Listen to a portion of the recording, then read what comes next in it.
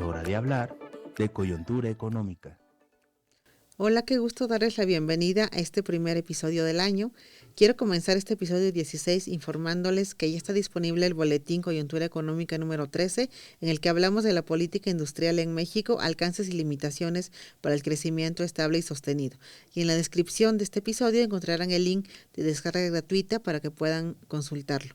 También les recuerdo nuestras redes sociales, estamos en Instagram, Facebook, Twitter, TikTok y Spotify como Coyuntura Económica IEC, y en YouTube en el canal oficial del Instituto de Investigaciones Económicas. Síguenos en nuestras redes sociales, les estamos creando cada día nuevo contenido con temas de coyuntura para México y América Latina. También pueden dejarnos ahí todas sus dudas y comentarios, nuestro equipo siempre está pendiente para ponernos en contacto con los autores y darles respuesta oportuna. Y como siempre, los invitamos a que se unan a la conversación. El día de hoy tenemos el gusto de que nos acompañe la doctora Virginia Petrova Georgieva. Ella es doctora en Derecho Internacional con mención honorífica por el Instituto de Investigaciones Jurídicas de la UNAM. Actualmente es profesora de Derecho Internacional Público y Privado en la Facultad de Derecho de la UNAM. Ha sido investigadora en el área de Derecho Internacional del Instituto de Investigaciones Jurídicas de la UNAM y profesora de carrera en el área jurídica de la licenciatura en Relaciones Internacionales de la FES Acatlán. También ha impartido cátedras de Derecho Internacional Público y Derecho Internacional Económico en la especialización en Derecho del Comercio Exterior de la UNAM y en la especialización en Derecho Internacional del ITAM. Doctora Virginia, bienvenida. Muchas gracias por estar aquí. Muchas gracias por la invitación, Eufemia. Es un gusto acompañarte. Y el día de hoy vamos a hablar de tu artículo La transición hacia una economía sostenible y sustentable, objetivo de la nueva política industrial, publicado en nuestro más reciente boletín, en el que haces una revisión de la implementación de una nueva política industrial en México propuesta por la Secretaría de Economía por medio de un análisis muy interesante, revisando los ejes que la rigen y el margen de acción legal en el marco de los tratados de libre comercio. Tenemos algunas preguntas que ayudarán a ampliar un poco más la información que presentaste en este artículo y si te parece, iniciamos con las preguntas. De acuerdo, excelente. Ok, Virginia, ¿puedes de entrada hablarnos un poco de la implementación de la política industrial anunciada en 2022? ¿En qué consiste esta implementación? Pues mira, la política industrial que anunció la Secretaría de Economía en 2022 tiene 4 objetivos principales. El primer objetivo es la actualización tecnológica. Obviamente este objetivo busca cerrar la brecha tecnológica que todavía divide México de otros países desarrollados y también de países en vía de desarrollo y corregir algunos errores muy notorios de las políticas industriales pasadas. El segundo objetivo de la nueva o de la propuesta de nueva política industrial para México consiste en incrementar el contenido nacional. Este es algo que se inscribe muy bien en los últimos sucesos internacionales. Hay un movimiento global al que se han unido todos los países del mundo y que busca recortar las cadenas globales de suministro. La pandemia por COVID-19 nos enseñó a todos lo riesgoso y peligroso que puede ser depender de cadenas globales totalmente fragmentadas y dislocadas. Recordarás, Eufemia, que durante la pandemia se interrumpieron muchas cadenas y eso ocasionó pues graves problemas para la actividad económica en prácticamente todo el mundo. Entonces ahora todos los países y sobre todo los países de América Latina están buscando recortar las cadenas globales y sobre todo recuperar un poco de autosuficiencia en materia de comercio internacional. De manera general, hay un intento de parte de los estados de tener más autonomía estratégica en el mundo globalizado, de retomar un poco su soberanía, de retomar esa dirección del Estado respecto a los asuntos económicos y sociales. Y es muy obvio precisamente por qué México está anunciando como segundo objetivo de su nueva política comercial esta promoción del contenido nacional. El tercer objetivo de la nueva política comercial es el desarrollo del capital humano. Eso se refiere, por supuesto, a la necesidad de formar los trabajadores, las personas, para los retos que va a representar la innovación tecnológica que se busca. Formarlos para desempeñarse en trabajos que impliquen mano de obra cada vez más cualificada, porque sabemos que los empleos en México, sobre todo relacionándolos con la participación de México en el ámbito del comercio global, pues son sobre todo trabajos no cualificados. Y lo que se busca ahora con la innovación tecnológica es que se creen cada vez más puestos de trabajo cualificado y por eso que se desarrolle el capital humano. Y el cuarto y último objetivo de la nueva política industrial de México es el desarrollo de industrias verdes, industrias sostenibles, sustentables, una economía mexicana que promueva, que respete el medio ambiente. Algo muy interesante y que también es muy significativo de los últimos eventos en materia de economía internacional es que se identifican algunos sectores considerados estratégicos para la economía mexicana. Son 5 sectores: el agroalimentario, eléctrico-electrónico, electromovilidad, servicios médicos y farmacéuticos e industrias creativas. Esa elección de sectores estratégicos a los cuales irán dirigidas las medidas de la nueva política comercial de México, pues nos habla de una conciencia cada vez mayor del Estado mexicano de la necesidad de contar con una política industrial activa. Sabemos que durante los últimos decenios, pues México se encontraba inmerso en el libre comercio, en la desregulación económica, y que esto suponía una poca o casi nula intervención del Estado en la asignación de recursos a industrias productivas. Se intervenía poco porque pues, se esperaba que la mano invisible o las ventajas comparativas y en general que los mercados hicieran el trabajo del Estado en la asignación de recursos productivos a las industrias y que estas industrias se verían beneficiadas por este acomodo. Pero bueno, vimos que esta poca o nula intervención del Estado en la asignación de recursos a sectores productivos trajo mucho menos beneficios de los esperados. Entonces ahora el hecho que se identifiquen ya industrias clave para la economía mexicana pues nos muestra que ahora se buscará una mejor intervención del Estado en la economía, una visión un poco más, pues no quisiera decir proteccionista, pero pues sí, siempre que se utiliza ese término de industrias estratégicas, ustedes los economistas piensan en el argumento de la industria naciente, en general en una política con una función mucho más robusta del Estado en materia industrial, y parece que pues ahora la clave para el desarrollo económico de México sería precisamente esta nueva visión de una política industrial que se base en una intervención activa del Estado en sectores estratégicos.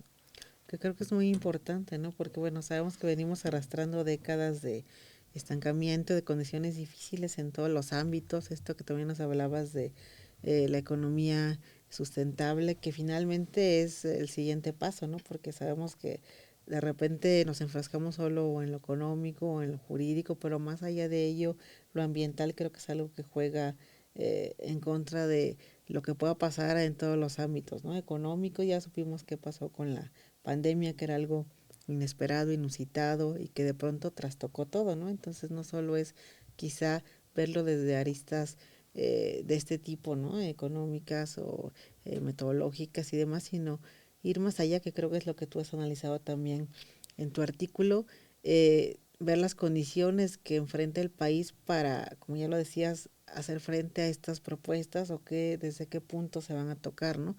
También nos hablas en el artículo de los tratados de libre comercio, que bueno, sabemos, en México desde el 86 hablamos del TLC y actualmente el TEMEC. ¿Cómo y por qué han afectado los tratados de libre comercio al medio ambiente, que es de lo que estábamos hablando? ¿Cómo se puede modificar este hecho? Pues mira, en primer lugar, tú dices tratados de libre comercio. Para nosotros como estudiosos del derecho internacional económico es claro desde hace mucho tiempo que no son de libre comercio. Es un término disfrazado. En realidad, como diría Stiglitz, son más de comercio gestionado. ¿Qué significa eso? Cuando los estados negocian tratados o cualquier otro instrumento de derecho internacional, importa mucho qué tanto poder tienen, qué tanto poder económico, político, incluso militar tienen los estados. Porque cuando un país pequeño, un país en vía de desarrollo, negocia con una gran potencia, obviamente las reglas del juego se dictan, se determinan por la gran potencia. Entonces los tratados de libre comercio siempre fueron un poco tratados desequilibrados desde esta perspectiva política y los países en vía de desarrollo impusieron sus modelos de tratados de libre comercio a los países pobres, a los países en vía de desarrollo. Cuando comienzan a desarrollarse los tratados de libre comercio, bueno, siempre ha habido, pero después de la Segunda Guerra Mundial, el primer tratado de libre comercio muy exitoso, sabemos que es el GATT. ¿Cuál es o qué país es el arquitecto del GATT? Por supuesto, Estados Unidos. Entonces, a partir de los años 50 tenemos modelos de tratados de libre comercio en los que se obliga a los países en vía de desarrollo a abrir sus economías al libre comercio, al libre flujo de inversiones extranjeras directas y por otro lado los países desarrollados siguen implementando medidas proteccionistas. Entonces, pues solo con esa aclaración que nunca fueron en realidad tratados de libre comercio, contesto a tu pregunta, ¿cuál es el impacto de los TLC sobre el medio ambiente? Bueno, en la época dorada de la globalización económica se publicó interesantemente un estudio de la OCDE de 1994 que hacía un elogio de las virtudes de los tratados de libre comercio para la protección ambiental. Nos querían convencer que pues, los tratados de libre comercio ayudarían a los estados a asignar de manera más eficiente todos sus recursos internos, incluyendo sus recursos naturales. Entonces, al identificar exactamente los sectores en los que los estados son más eficientes para producir, para exportar y para comerciar, pues los estados utilizarían sus recursos naturales precisamente en esos sectores. De esta manera no los van a desperdiciar, los van a utilizar de manera racional. Y por otro lado, se sostenía que a través del libre comercio, de los tratados de libre comercio, todos los países del mundo saldrían de la pobreza, ¿no? Que se lograría un desarrollo económico sostenido en todas partes del mundo y al enriquecerse los estados, al enriquecerse los individuos, iba a ser más fácil invertir en protección del medio ambiente. Obviamente fueron dos falacias que muy pronto mostraron su insuficiencia. Los tratados de libre comercio, los tratados sobre inversiones, todos los instrumentos jurídicos de la globalización económica, lo que hicieron fue promover, servir como instrumentos de la economía lineal, ¿no? O sea, sabemos que todo el sistema capitalista de los últimos años se basa en esa idea de que hay que consumir, consumir, consumir. Incluso filosóficamente, ¿no? Estamos hablando de un consumismo, utilitarismo. Entonces, mientras más consumes, más feliz eres. Hay que consumir y hay que desechar una vez que el producto ya no te sirve y hay que comprar nuevo. Entonces, para fabricar todos esos productos casi de un solo uso o de muy poca reutilización, se necesitaron muchos recursos naturales. Y son recursos que son escasos y además no renovables. Entonces, básicamente para producir, consumir, malgastamos los recursos naturales de la tierra.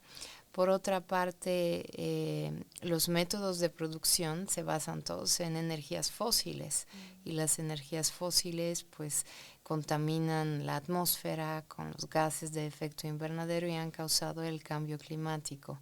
Entonces los tratados de libre comercio, al liberalizar el comercio, al hacer que los estados produzcan más y más, incluso cuando no son tan eficientes o siendo eficientes, pues propiciaron la utilización excesiva, la sobreutilización de recursos naturales no renovables y nos trajeron hasta donde estamos ahora, que es frente a una verdadera emergencia climática y el cambio climático siendo la principal amenaza no solo para las economías o para los derechos internos, para la supervivencia de la humanidad como especie.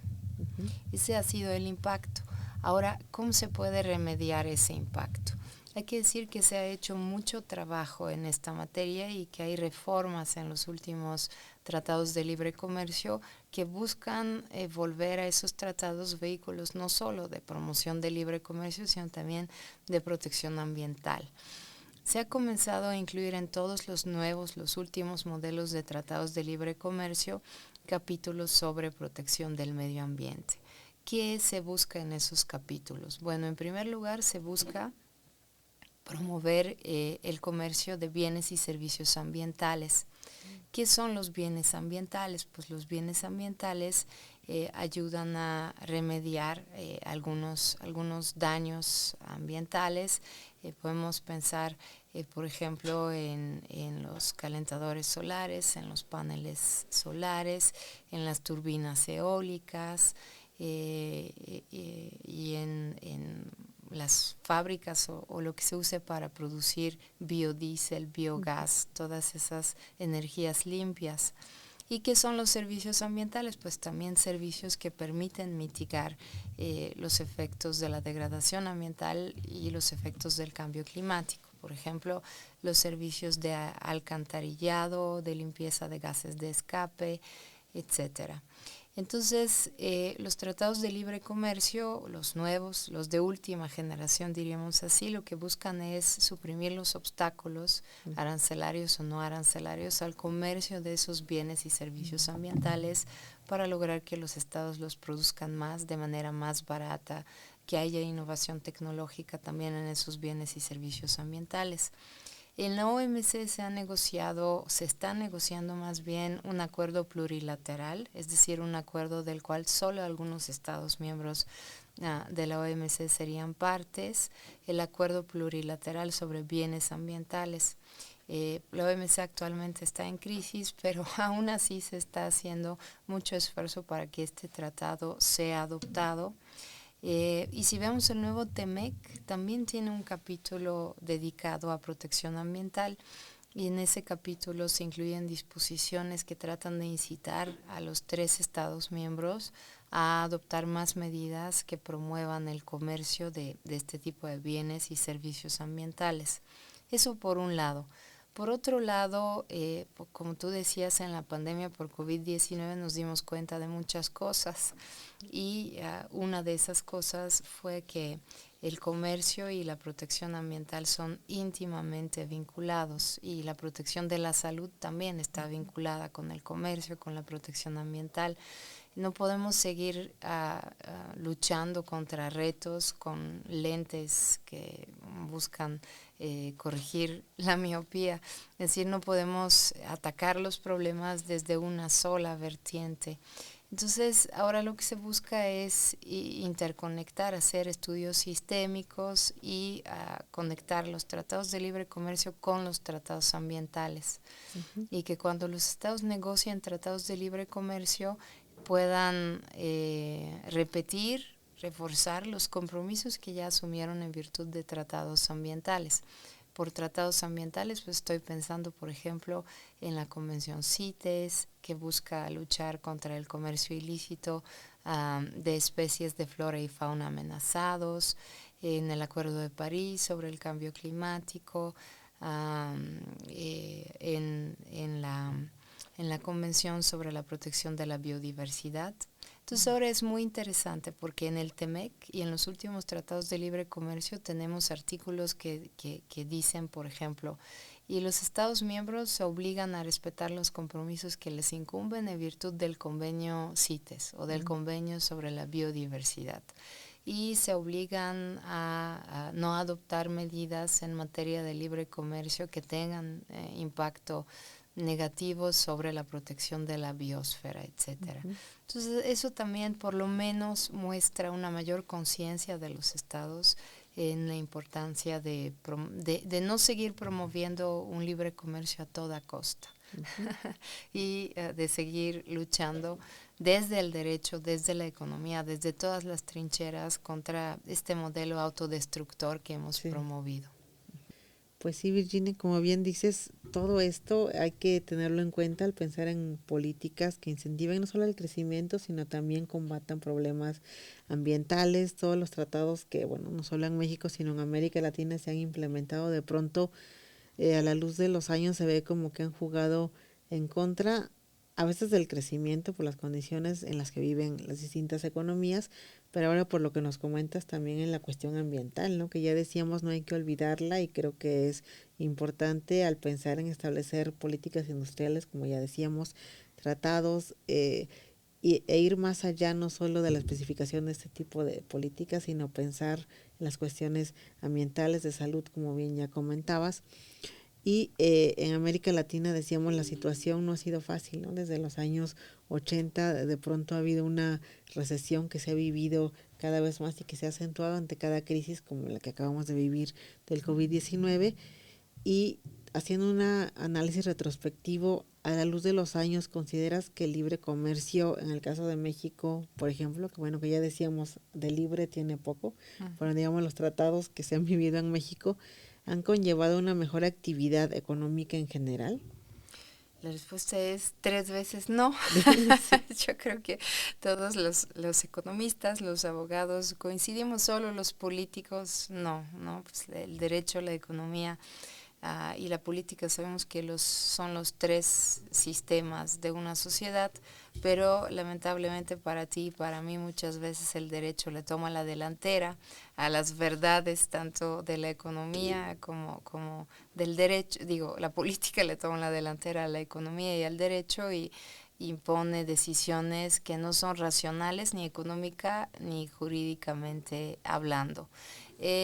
Sabemos que México abandonó su modelo proteccionista de sustitución de las importaciones en 1982 y eso fue obligatorio por la crisis de la deuda. ¿Qué pasó después de la crisis de la deuda en México en los años 80? Pues hubo un gran rescate del Fondo Monetario Internacional y se impuso en México el consenso de Washington. De hecho, el acuerdo de préstamo entre México y el fondo es el arquetipo, el mejor ejemplo, la estrella de lo que conocemos como consenso de Washington, que implicó desregulación de la actividad económica, liberalización del comercio, libre flujo de las inversiones extranjeras directas, etcétera. A México pues le impusieron ese consenso porque sabemos que los préstamos del fondo son condicionados a que el Estado haga un ajuste estructural dentro de su economía. Entonces no lo quiso.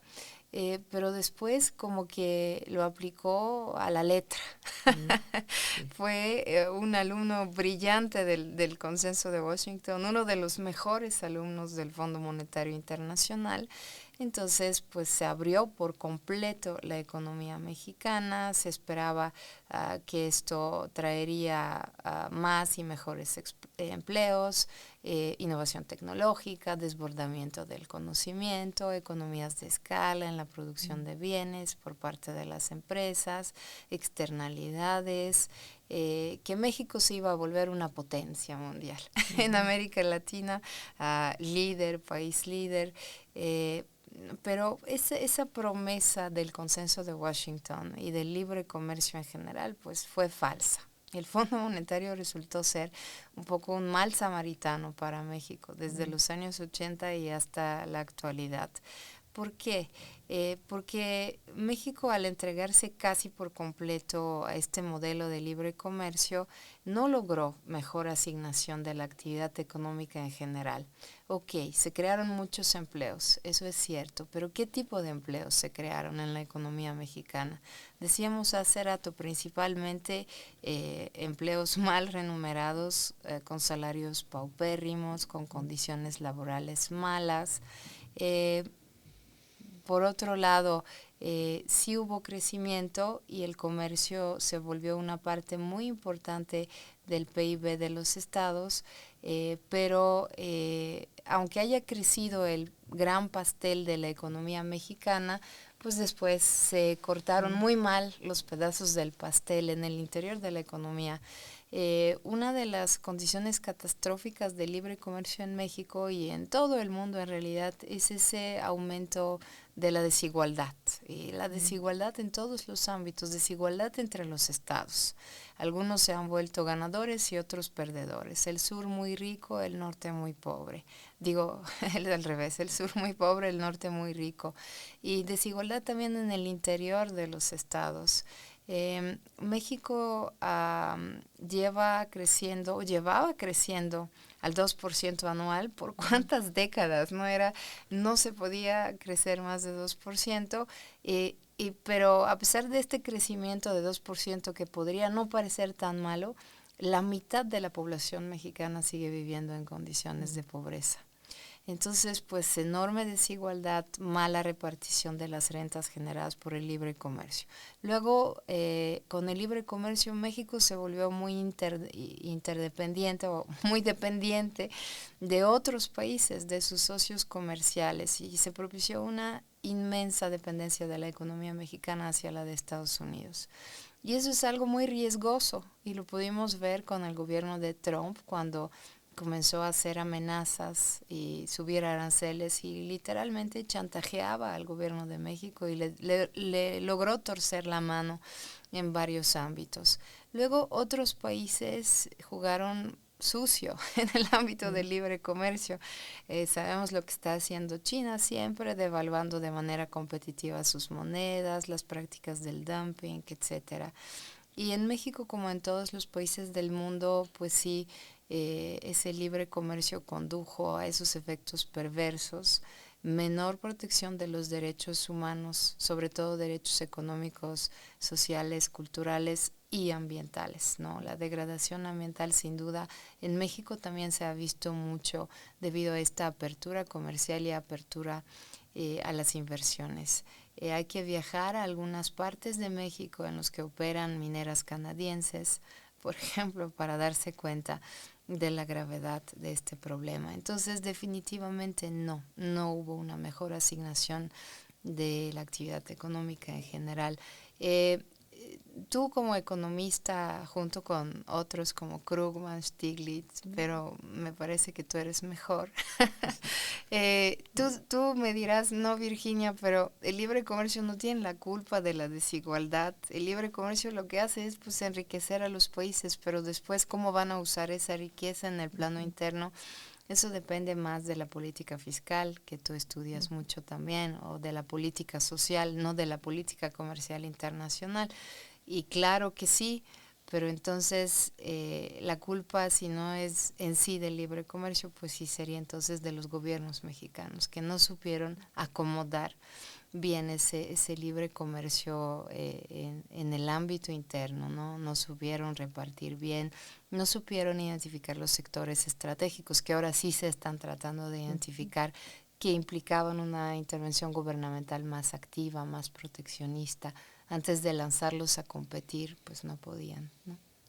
Sí, ha sido una situación difícil y bueno, como dices, una suma de todo, ¿no? Las condiciones internas del país y como bien dices, claro que las políticas que se han implementado han determinado también, ¿no? Pero sumándole todo se vuelve un escenario muy desolador, ¿no? Los tratados que ya dijimos, nos has explicado cómo han afectado, pero también las decisiones políticas que como bien comentas han jugado en contra, ¿no? Las políticas que lejos de ser contracíclicas se han vuelto procíclicas y eso han ido en contra tanto del crecimiento como del desarrollo económico, ¿no? Entonces creo que ni de un lado ni del otro nos hemos visto beneficiados y eso ha afectado, trastocado la vida, la desigualdad, ha aumentado la pobreza, pero también ha afectado al medio ambiente, ¿no? Que creo que es objeto de análisis en este artículo que estamos comentando.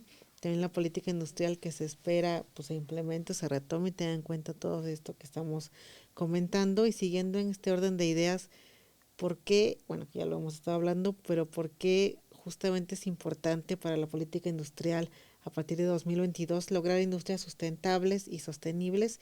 Y sobre todo, ¿qué tan factible es esto para nuestro país? ¿Realmente puede implementarse?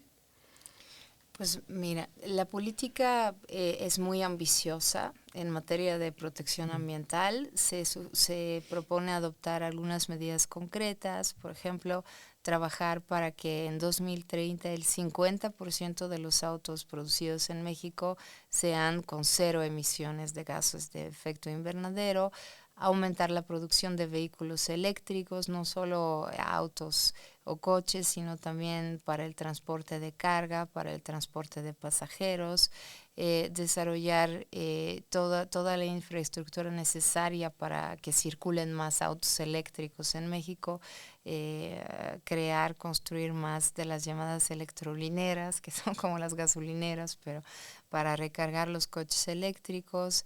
En el sector agroalimentario, producir alimentos sustentables. En el sector de los fármacos y servicios médicos, incursionar más en los biofármacos o la biotecnología, que es lo de hoy en materia de cuidado de la salud. En materia de agricultura, que haya más agricultura orgánica, agricultura a pequeña escala. Pues todo eso son medidas muy ambiciosas que yo espero que funcionen en todos los sectores. Si las veo viables, me parece que por lo menos lo que tenga que ver con coches eléctricos sí podría resultar viable. ¿Por qué? Porque la industria automotriz de México es una de sus industrias líderes, ¿no? México creo que es el séptimo productor de automóviles, de vehículos a nivel global, el primer productor de vehículos en América Latina, el quinto exportador de vehículos en el mundo, exporta casi 3 millones de vehículos al año en 2022. Entonces, está muy bien preparado para el tema de los vehículos eléctricos. Ya están las fábricas, aquí se producen muchas autopartes. Entonces, creo que México sí podría utilizar esta ventaja que tiene en el sector automotriz para ahora especializarse exclusivamente en coches eléctricos. ¿Con qué se alimentan los coches eléctricos? Pues con los minerales estratégicos, ¿no? Las baterías de los coches eléctricos se hacen de litio, de ahí que fue muy relacionada la decisión de nacionalizar el litio con esta idea de que México ahora produzca cada vez más coches eléctricos. Eso también le permitiría cumplir con los objetivos que ha asumido en virtud de la Agenda 2030, de volverse un país neutral en carbono para 2050. Lo vemos un poco lejano 2050, pero ya casi sí. Está tocando a la puerta si vemos las cosas más realistas. Entonces, en algunos sectores, en particular en el sector automotriz, sí veo viable. Lo que pasa es que de repente hay poca coherencia en el compromiso de México con la protección ambiental en general, a través de todas sus políticas, pero ahora poniendo énfasis en la política industrial. No sé si estarías de acuerdo conmigo, pero pues a veces preocupa que por un lado la política industrial anuncie la construcción de más plantas de producción de coches eléctricos, otras medidas de industrias verdes, y por otro lado se adopta un decreto presidencial para legalizar los carros chatarra en el norte. Que por un lado la nueva política industrial enuncie que ahora sí va a ser industrias verdes en todos los ámbitos, que se va a sustituir la economía lineal por la economía circular. De hecho, México adoptó en 2021 una ley sobre economía circular, una ley completa sobre este tema. Entonces se enuncia eso y al mismo tiempo se construyen refinerías y se privilegia Pemex y se busca otra vez el triunfo de las energías fósiles. O que también se desarrollen infraestructuras que conducen a ecocidios en algunas partes del país. Entonces, en principio, sí veo viable la propuesta, pero solo si se implementa de manera coherente, no contradiciendo esos objetivos que sí son muy importantes para México. Sí, considero que son, determinantes, ¿no? Y que deben tomarse, como bien dices, con cierta medida y conciencia del problema ambiental que estamos enfrentando también y de todos los problemas, ¿no?, que tenemos en México, de crecimiento, de desarrollo, de pobreza, etcétera, y sobre todo ir acompañado, como bien dices, de la coherencia política que debe existir, porque por un lado deben tener claros los objetivos, pero también llevar de la mano con políticas implementadas que tengan que ver, ¿no?, con esto y no desfasarse o pensar en quizá más en los intereses políticos a veces o partidistas que irse más a lo que realmente es importante, ¿no?, dentro de la economía del país y dentro de la economía sustentable, que ya dijimos debe ser también un eje rector. Y Virginia, pues no me queda más que agradecerte que nos hayas acompañado en este primer programa del año. Seguro que lo que nos has compartido va a abonar más a la discusión de la industria en México. Creo que esta perspectiva multidisciplinaria que tú nos das nos ayuda a tener un panorama más completo, ¿no?, que siempre es importante para los temas económicos de nuestra región. Y bueno, muchas gracias nuevamente por acompañarnos. Al contrario, gracias a ti, todo un gusto y un saludo a tu auditorio, Eufemia. Y bueno, para los que aún no leen el artículo de la doctora Petrova, recuerden que pueden encontrarlo en la página del Boletín Coyuntura Económica. En la descripción les dejamos el link de descarga gratuita y no olviden también que pueden seguirnos en nuestras redes sociales como Coyuntura Económica YEC en Instagram, Twitter, Facebook y TikTok. Gracias a los que nos escuchan en Spotify y nos ven en el canal oficial de YouTube del Instituto de Investigaciones Económicas. En la descripción les dejamos todos los enlaces. Yo soy Eufemia Basilio. Gracias por escucharnos y nos vemos en el siguiente episodio con otro tema de Coyuntura Económica. Universidad Nacional Autónoma de México, Instituto de Investigaciones Económicas, Dirección y Coordinación Académica, Eufemia Basilio Morales. En las redes sociales, Alice Bautista y Ailet Velasco. Producción y postproducción, Toscano Producciones. Las opiniones expresadas en este podcast no necesariamente reflejan la postura de la UNAM.